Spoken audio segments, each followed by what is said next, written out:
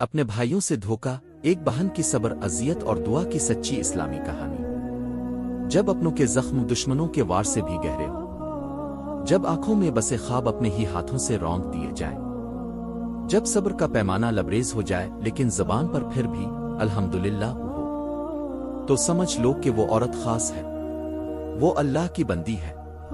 کہانی، یہ کہانی ہے مریم کی، ایک باحیا عبادت گزار صابر اور وفادار بہن، جس کے والدین بچپن میں انتقال کر گئے، لیکن اس نے کبھی شک نہیں کیا کیونکہ اس کے 3 بھائی تھے جو اس کے لیے سب کچھ تھے۔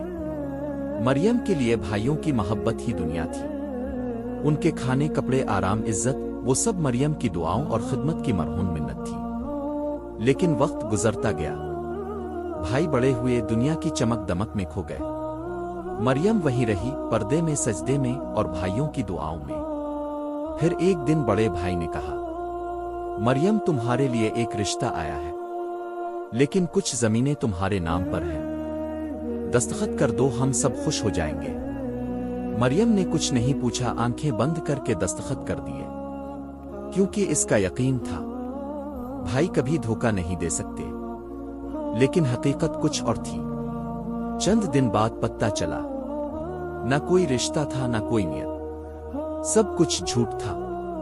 مریم اب اس گھر میں ایک بوجھ سمجھی جانے لگی۔ جو بہن سارا دن دعائیں مانگتی تھی، اب وہی بہن بھائیوں کی نظروں میں کمتر ہو گئی۔ انہیں اس کی عبادت بھی دکھاوے لگنے لگی، پردہ کرنے پر طنز کیا گیا، قرآن پڑھنے پر تمسخر آڑا گیا۔ دن گزرتے گئے اور مریم کا دل ٹوٹتا گیا، لیکن زبان پر ایک ہی دعا رہ گئی، اللہ، تاو ہی میرے حق کا گواہ ہے، تاو ہی میرا انصاف کرے گا۔ پھر وہ دن آیا، بھائیوں نے ایک بڑا کاروبار شروع کیا، غرور میں آئے، اللہ کو بھول بیٹھے، نماز چھوٹ گئی، زکوٰۃ راک گئی، صدقہ ختم، اور پھر چند مہینوں میں سب کچھ تباہ ہو گیا۔ کاروبار ڈوبا، قرضوں میں گھرے، عزت خاک میں ملی۔ تب انہیں یاد آیا، ہماری بہن، جس نے کبھی بد دعا نہیں کی، جس نے کبھی شکایت نہیں کی، شاید اسی کا حق مارا تھا جس کی بدلے ہمیں یہ دن دیکھنا پڑا۔ وہ نادم ہوئے، توبہ کی اور مریم کے قدموں میں آ گئے۔ مریم کے آنکھوں میں آنسو تھے، لیکن چہرے پر سکون تھا۔ اس نے کہا، میں نے تمہیں اللہ کے لیے معاف کیا، کیونکہ میرا رب معاف کرنے والوں کو پسند کرتا ہے۔